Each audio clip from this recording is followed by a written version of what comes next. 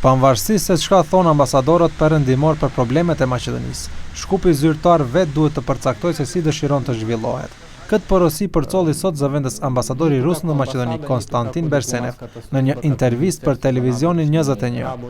Në këtë bisedë diplomati rus thotë se aranzhimi brendshëm në Maqedoni duhet të bëhet pa presion nga vendet e treta dhe se për këtë gjë Shkupi zyrtar ka përkrahjen e plotë të Kremlinit.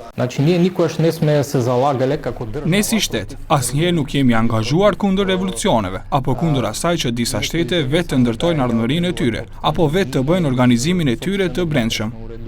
Rusia, si shtete jo parti, më duhet të potencojë se angazhohet që çdo shtet të ketë mundësi lirshëm dhe pa asnjë presion nga jashtë, të zhvillohet vetë sipas zgjedhjes së saj, sipas zgjedhjes së qytetarëve e jo sipas zgjedhjes së dikujt tjetër nga jashtë.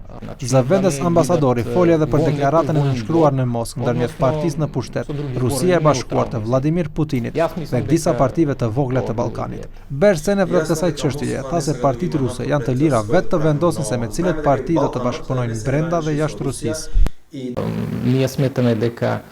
Vlerësojmë se ata vetë, sipas zgjedhjes së tyre, të lirë i zgjedhin partnerët e tyre brenda dhe jashtë shtetit dhe lirshëm bashkëpunojnë me ta, në bazë të platformave të tyre politike.